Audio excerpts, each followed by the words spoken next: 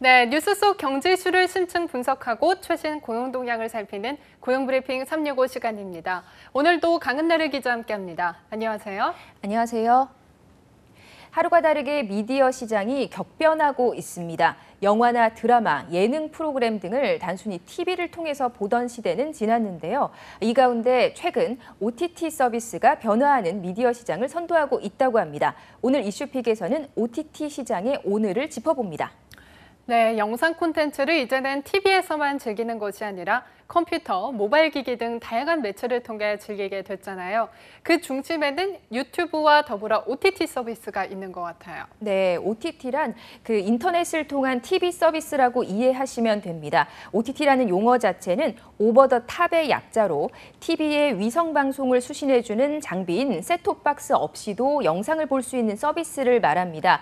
비슷한 방식으로 영상 콘텐츠를 제공하는 유튜브와 다른 점은 이 유튜브는 불특정 개인이 직접 영상을 만들거나 이미 제작된 영상을 유튜브에 올리는 반면 OTT의 경우에는 소정의 이용료를 받고 자체적으로 만들거나 투자한 영상 콘텐츠만을 제공한다는 점에 있습니다.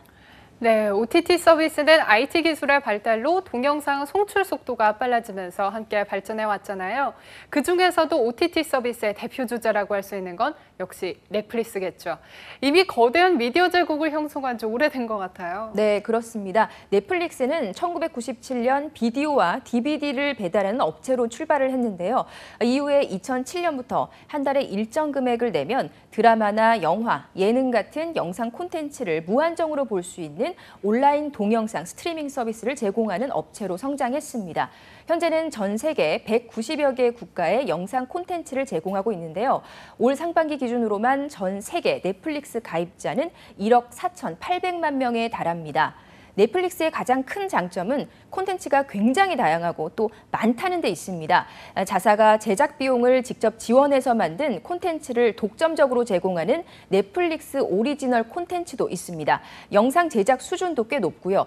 게다가 매주 한두 편만 방영이 되는 일반 TV 편성 스케줄과는 달리 사전 제작으로 만들어져서 대부분의 작품이 공개와 동시에 전편이 한꺼번에 올라옵니다. 이 때문에 가입자는 다음 편을 기다릴 필요도 없이 한꺼번에 모든 회차를 즐길 수 있죠. 그리고 이건 넷플릭스를 비롯한 대다수 OTT 서비스의 장점이기도 한데 이 빅데이터를 통해서 사용자가 선호할 법한 영상을 추천해 줍니다. 그래서 사용자는 별도의 수고를 들이지 않아도 자기 취향에 맞는 영상을 쉽게 찾아서 즐길 수 있습니다. 네, 더욱이 OTT 서비스는 TV 방송과는 달리 언제 어디에서나 볼 수 있다는 장점이 있죠. 덕분에 우리나라에서도 큰 인기를 끌고 있는 것 같아요. 네, 그렇습니다. 넷플릭스의 국내 유료 가입자 수는 올해에만 180만 명에 달합니다. 국내 영상 콘텐츠에도 상당히 많은 투자를 이 넷플릭스가 했다고 하는데요. 봉준호 감독의 옥자를 시작으로 드라마 킹덤, 60일 지정 생존자 한국판도 모두 넷플릭스에 투자를 받은 작품들입니다. 뿐만 아니라 최근 거액의 제작비가 들어간 드라마는 거의 대부분 넷플릭스에 투자를 받았다고 해도 과언이 아닙니다. 430억 원이 들어간 미스터 선샤인이나 540억 원이 투입된 아스달 연대기, 그리고 현재 지상파와 공동으로 방영되고 있는 작품이죠. 250억 원이 들어간 베가본드도 마찬가지입니다. 이 때문에 넷플릭스가 없었다면 국내에 초대형 드라마가 만들어질 수 없었을 거라는 이야기도 나올 정도입니다. 사실 우리나라뿐만이 아닙니다. 영어권은 물론 아시아, 유럽 등 전 세계 120억 달러, 우리 돈으로 약 14조 원에 달하는 콘텐츠에 투자를 했고요. 700여 개 콘텐츠를 독점적으로 공급하고 있습니다. 네, 막대한 투자와 독점 계약, 그만큼 OTT의 자본력이 엄청나다는 뜻도 되겠지만 이러한 점이 OTT 시장과 TV 미디어 시장의 격차를 더욱더 벌리는 이유로 작용하는 것 같아요. 네, 맞습니다. 2017년 방송통신위원회 조사에 따르면 일상생활의 필수적인 매체를 묻는 질문에 TV는 38%에 불과한 반면 스마트폰은 56%의 응답률을 보였는데요. 그만큼 더 이상 지상파 TV나 케이블이 대중들에게 가장 매력적인 매체는 아니라는 뜻입니다.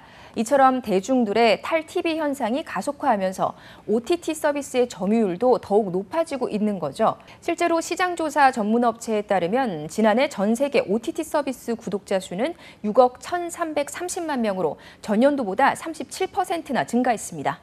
네, 그만큼 전통적인 미디어 시장에도 위기가 찾아왔다는 뜻일 텐데요. 우리나라 역시 예외는 아니겠어요?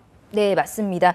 더욱이 넷플릭스뿐만 아니라 디즈니는 물론 구글, 애플, 아마존까지 이 OTT 시장에 뛰어들면서 전 세계 TV 시장을 위협하고 있습니다. 우리나라 역시 예외가 아닌데요.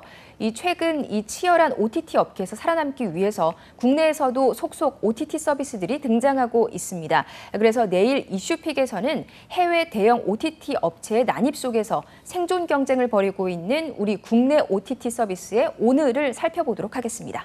네, 내일의 이슈픽도 기대해 보겠습니다. 다음은 유용한 경제용어만을 쏙쏙 골라 소개하는 뉴워드 시간이죠. 네, 오늘의 뉴워드는 코드 커팅입니다. 이름 그대로 선을 끊는다는 건데요. 유료로 지상파나 케이블 방송을 보던 시청자가 가입을 해지하고 인터넷 TV나 OTT 같은 새로운 플랫폼으로 갈아타는 현상을 얘기합니다. 이러한 코드 커팅 현상이 두드러지는 나라가 바로 미국인데요. 미국의 경우 지난해까지 3,300여만 명의 미국인이 코드 커팅을 했고 업계에서는 2022년까지 5,500만 명 이상이 코드 커팅을 할 것이라고 분석하고 있습니다. 네, 정말 많은 인구가 케이블 채널을 코드 커팅했네요. 우리나라의 경우보다 OTT와 같은 다른 플랫폼으로 갈아타는 현상이 두드러지고 있는 것 같아요. 그렇습니다. 우리나라는 미국보다 케이블 채널이 상대적으로 저렴한 편이기 때문인데요. 미국의 경우 유료 방송이 $50에서 $100 사이를 오가기 때문에 시청 자체가 상당히 좀 금액적으로 부담스러운 편입니다. 하지만 우리나라의 경우 이용료가 최대 2만 원 정도에 불과하기 때문에 아직까지는 미국보다 OTT의 위협을 상대적으로 덜 받는 편입니다. 하지만 갈수록 시청률이 떨어지는 현상은 계속되고 있습니다.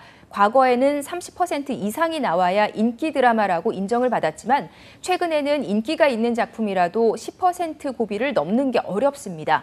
예전보다 다양한 채널이 나온 것도 그 이유지만 굳이 TV를 보지 않더라도 즐길 수 있는 방법이 얼마든지 있기 때문에 TV 앞으로 시청자들이 굳이 향하지 않는 거죠. 결국 IT 기기 조작에 서툰 40대 이상의 시청자들이 남게 되는데 시청률을 잡기 위해서는 대다수 방송사들은 아직까지도 이 TV를 선호하는 이 특정 세대에 맞춘 콘텐츠 위주로 생산을 하게 되는 겁니다. 콘텐츠가 한정될 수밖에 없겠죠. OTT 시장과 TV 시장의 간극이 좁혀지기 힘든 또 하나의 이유이기도 합니다.